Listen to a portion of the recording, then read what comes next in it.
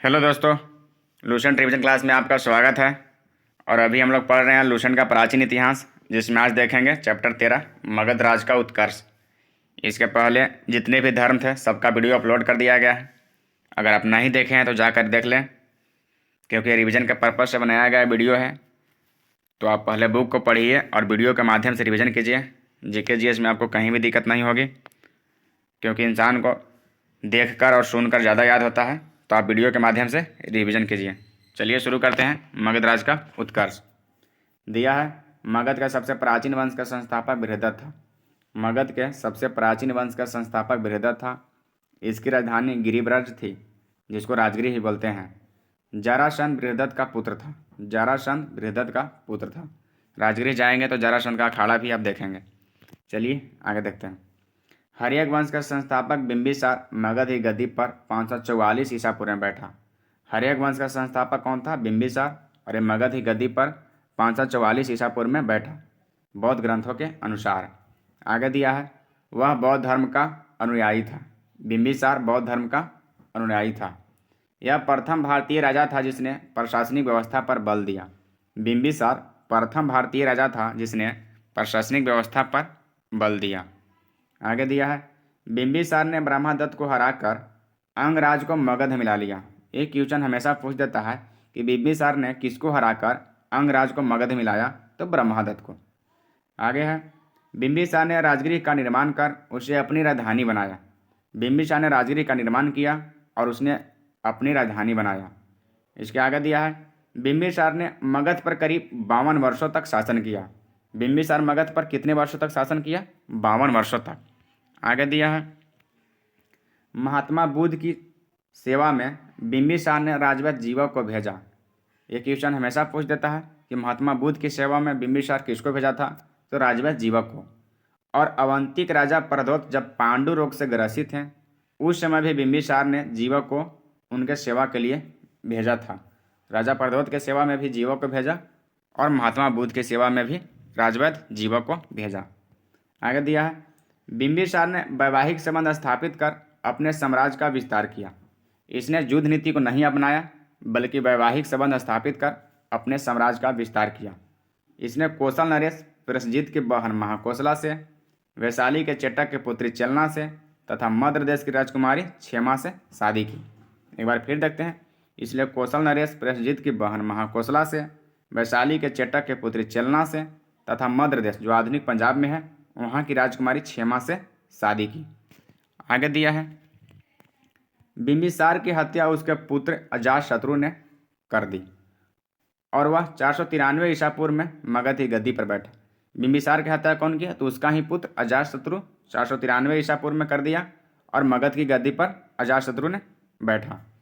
इसका उपनाम कुनिक था। अजातशत्रु का उपनाम कुनिक था। यह क्वेश्चन हमेशा पूछ देता है कि कुनिक किसका उपनाम था? तो अजातशत्रु का। अजातशत्रु प्रारंभ में जैन धर्म का अनुयायी था। अजातशत्रु प्रारंभ में जैन धर्म का अनुयायी था। आगे देखते हैं, अजातशत्रु ने 32 वर्ष तक मगध पर शासन किया। बिंबिसार 52 वर्षों तक किया और अजातशत्रु ने 32 वर्षों तक मगध पर शासन किया। इसके आगे दिया है, अजात के सुजोग मंत्री का नाम वर्षकार था। इसी के सहायता से अजातशत्रु ने वैशाली पर विजय प्राप्त की। अजातशत्रु के सुजोग मंत्री का नाम क्या था? वर्षकार। और उसी के सहायता पर अजातशत्रु ने वैशाली पर विजय प्राप्त की। आगे दिया है, जैन ग्रंथों से पता चलता है कि लिच्छवियों से युद्ध में अजातशत्रु ने प्रथम बार अजातशत्रु ने प्रथम बार रथमूसल तथा महाशिला कंटक जैसे 2 गुप्त हथियारों का प्रयोग किया। अजातशत्रु ने रथमूसल और महाशिला कंटक जैसे गुप्त हथियारों का प्रयोग लिच्छवियों से युद्ध में प्रथम बार किया। रथमूसल का मतलब आधुनिक टैंकों का सामान, महाशिला कंटक एक गुलील जैसा गुप्त हथियार है। चलिए आगे देखते हैं। आगे दिया है, 461 ईसा पूर्व में अपने पिता की हत्या कर उदयनी मगध की गद्दी पर बैठा। उदयन 461 ईसा पूर्व में अपने पिता की हत्या कर मगध की गद्दी पर बैठा। यह हमेशा क्वेश्चन पूछ जाता है कि किसने अपने पिता की हत्या कर मगध की गद्दी पर बैठा और अपने पुत्र के द्वारा मारा गया? तो वह अजातशत्रु। अजातशत्रु ने अपने पिता बिंबिसार की हत्या कर मगध की गद्दी पर बैठा और अपने पुत्र उदयनी के द्वारा मारा भी गया। आगे दिया है उदयनी ने पाटलीग्राम की स्थापना की, वह जैन धर्म का अनुयायी था। उदयनी पाटलीग्राम की स्थापना भी किया और उदयनी जैन धर्म का अनुयायी था। हर्यक वंश का अंतिम राजा उदयनी का पुत्र नागदशक था। हर्यक वंश का अंतिम राजा कौन था? उदयनी का पुत्र नागदशक।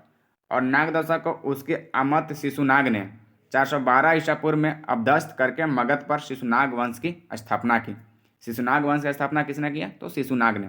शिशुनाग ने अपनी राजधानी पाटलिपुत्र से हटाकर वैशाली में स्थापित किया। यह क्वेश्चन पूछा जाता है कि किसने पाटलिपुत्र से राजधानी हटाकर वैशाली बनाया? तो शिशुनाग ने। आगे दिया है शिशुनाग का उत्तराधिकारी कलाशोक पुनः राजधानी को पाटलिपुत्र ले गया, लेकिन कलाशोक पुनः राजधानी को पाटलिपुत्र ले गया। शिशुनाग वंश का अंतिम राजा नंदीवर्धन था। हर्यक वंश का अंतिम राजा नागदशक था और शिशुनाग वंश का अंतिम राजा नंदीवर्धन था। चलिए आगे देखते हैं। आगे दिया है नंद वंश का संस्थापक महापद्नंद और अंतिम शासक घनानंद था। नंद वंश का संस्थापक कौन था? तो महापद्नंद। और नंद वंश का अंतिम शासक घनानंद था। यह सिकंदर का समकालीन था। घनानंद सिकंदर का समकालीन था। इसे चंद्रगुप्त मौर्य ने युद्ध में पराजित किया और मगध पर नए मौर्य वंश की स्थापना की। घनानंद को किसने पराजित किया? तो घनानंद के चंद्रगुप्त मौर्य ने पराजित किया और मगध पर एक नए वंश मौर्य वंश की स्थापना किया। तो यहाँ से हम लोग देख लिए पूरी मगध राज का उत्कर्ष। आगे जो भी है अगले वीडियो में हम लोग देखेंगे। अगर वीडियो आपको हेल्पफुल लग रहा है, अच्छा लग रहा है, तो वीडियो को लाइक, सब्सक्राइब और शेयर कीजिए और इसी तरह कंटिन्यू रिवीजन कीजिए। फिर मिलते हैं अगले वीडियो में, तब तक के लिए जय हिंद।